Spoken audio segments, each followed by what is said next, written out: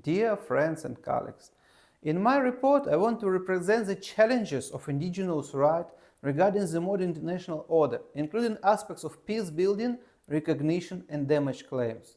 Sources that guarantees the indigenous right in modern international law formed for decades, but alas, authority component of these standards are not so developed as we desired. First of all, I want to mention about the ILO Convention of 1869 regarding the indigenous and tribal peoples and their rights. This treaty is a bit archaic and not a lot of states ratified, and more, a lot of indigenous peoples discuss their recognition or not recognition as their non-full compliance with extremely hard demands of this treaty. But later, Universal Declaration on the Rights of Indigenous Peoples, adopted by the United Nations in 2006, established a new guarantees for the indigenous nations all around the world. This declaration that was developed as a recommendation and non-binding act later became a source of universal international law on the level of the universal norm and on the level of binding norms and obligations, and it has extremely positively influenced on drafting on regional acts, national constitution and statutes of national and regional levels. This document continues to be the main in common agenda of the modern international law regarding the issues of indigenous rights, and it guarantees them as individual so collective rights and establish the demands for legal framework and policies of participating states and all modern civilization in aspects of indigenous peoples. Of course, some other acts also establish demands for the norms of indigenous law, including the Biodiversity Convention and protocols to it that caused some international proceedings like Kunming-Montreal Biodiversity Framework, where indigenous people actively participate. Also, other acts have references to indigenous rights in aspects for development of next documents of international law, such as Pact for the Future, or the Global Digital Agreement, or the Universal Declaration of the modern international law on future generations. These documents developed with active participation of indigenous rights, and the current international law demands recognize, respect and promote, and also protect the rights of indigenous peoples, their dignity in individual and collective dimension, as indigenous rights are safeguarded by modern international law, including their rights to territories, lands and ecosystems, also in collective framework, while safeguarding their traditions, spiritual values, beliefs and other significant aspects of indigenous life. Modern international law established a set of guarantees that give us a possibility to speak about this whole area of standards. They strengthen the indigenous distinct to own political, legal, economic, social and cultural development and institution.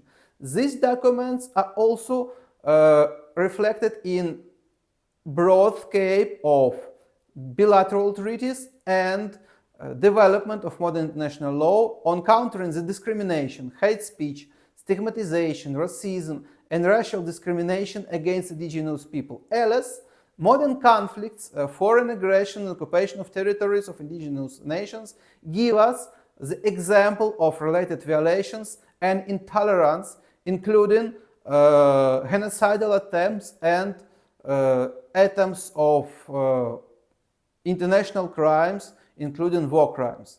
In these issues, the main challenge of modern international law is next implementation of the principle of free, prior and informed consent, as it was outlined in the Declaration of the Rights of Indigenous People. This principle is crucial for all indigenous development, and national implementation, also as international proceedings, should reflect this demand of current international law. Also, The United Nations system gives us the example of global activities regarding implementing indigenous rights. We may point from some issues like General Recommendation of number 39, adopted in 2022, on the rights of indigenous women and girls, and it was adopted by the Committee on the Elimination of Discrimination of Women.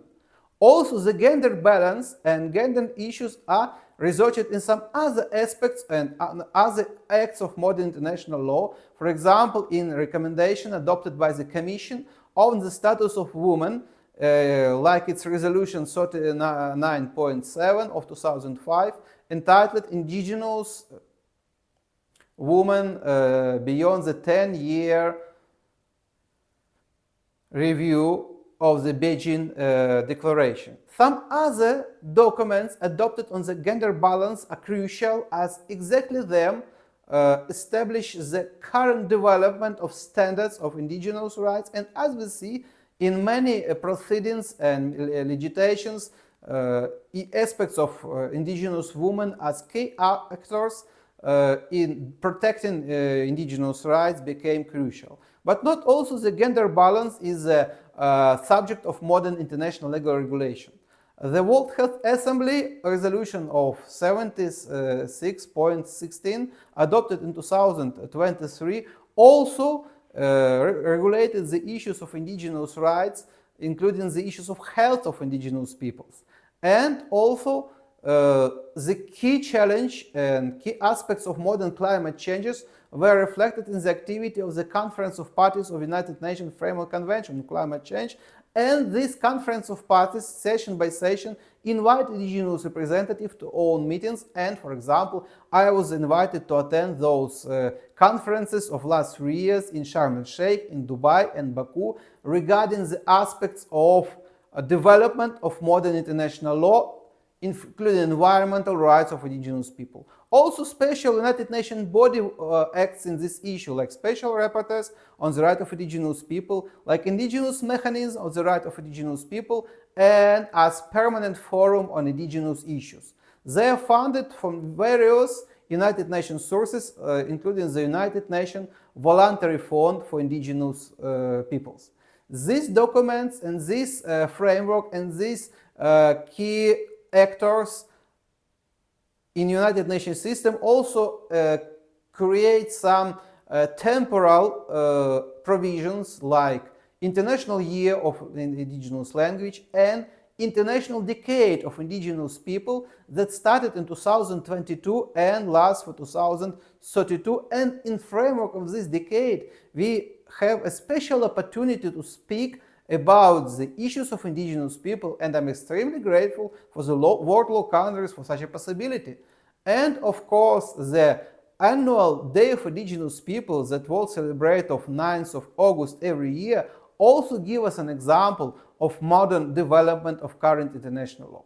Later, I hope the treaty implementation of these issues will be crucial, but now I want to stress the specialized situation in Ukraine and in Ukrainian Crimea that is native land of 3 indigenous people, Crimean Tatars, Karaites and Krimchaks, that now are hostages of broad-scale conflict between Russia and Ukraine that started in 2014 with occupation of Crimea, the native land of these indigenous people.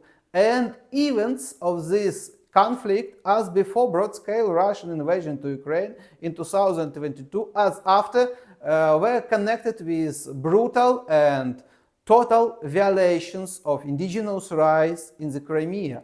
As, for example, Russian Federation ignores the indigenous rights of these nations, despite Ukraine started the recognition of the rights of indigenous peoples in 1996 by amending its constitution, and later, alias after the Russian occupation of Crimea started, the special statement of Supreme Rada of Ukraine, the Ukrainian parliament, was adopted regarding the recognition on political level the aspects of indigenous rights for Crimean Tatars.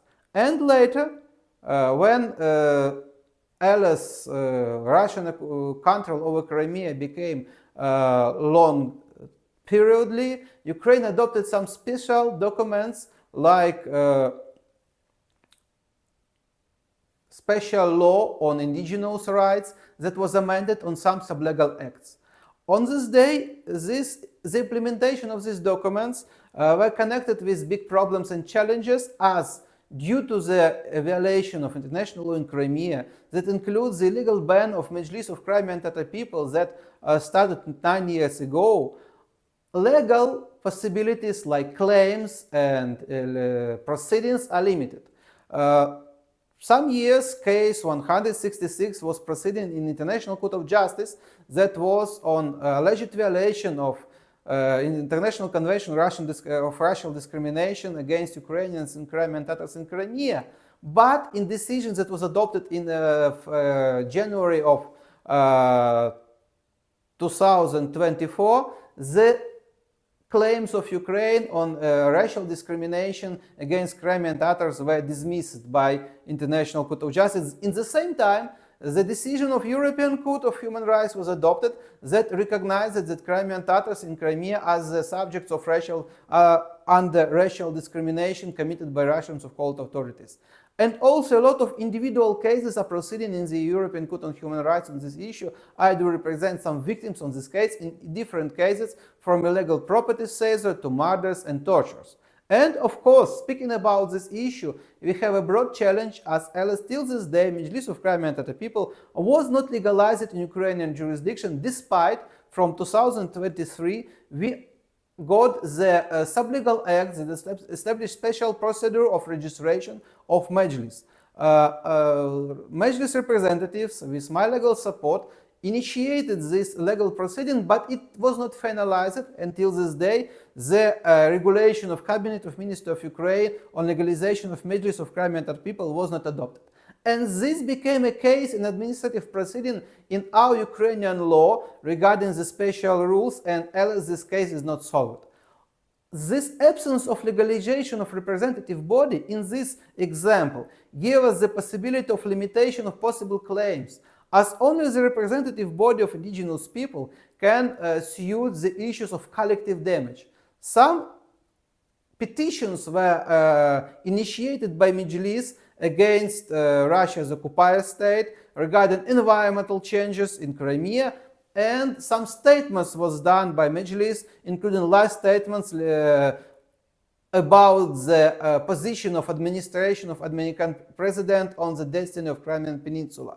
But alas, absence of legalization of representative body limits the possibilities of the Majlis to participate in international events like, for example, permanent forum, like other activities, especially fruitful for the peace building, as during last 3 years in UN framework, the special initiatives were started regarding the indigenous participated in peace building procedures and established the possibility of special treaty regarding the indigenous participation in issues of peace building.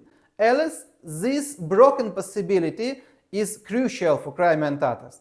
And for today, this aspect also under consideration of the Committee Against Racial Discrimination, as we informed it, on violation in this area committed as Russia by the occupier state, also by Ukraine in aspects of non-legalization of indigenous representative body. These legal proceedings give us a unique opportunity to discuss on the next possibilities of indigenous people in area of damage claims and equal participation in solving procedures. I thank again for your attention. I thank again for the World Law Congress platform to discuss those issues, and I hope next contributions on the indigenous rights will help us to achieve a new result in this area. Thank you very much for your attention.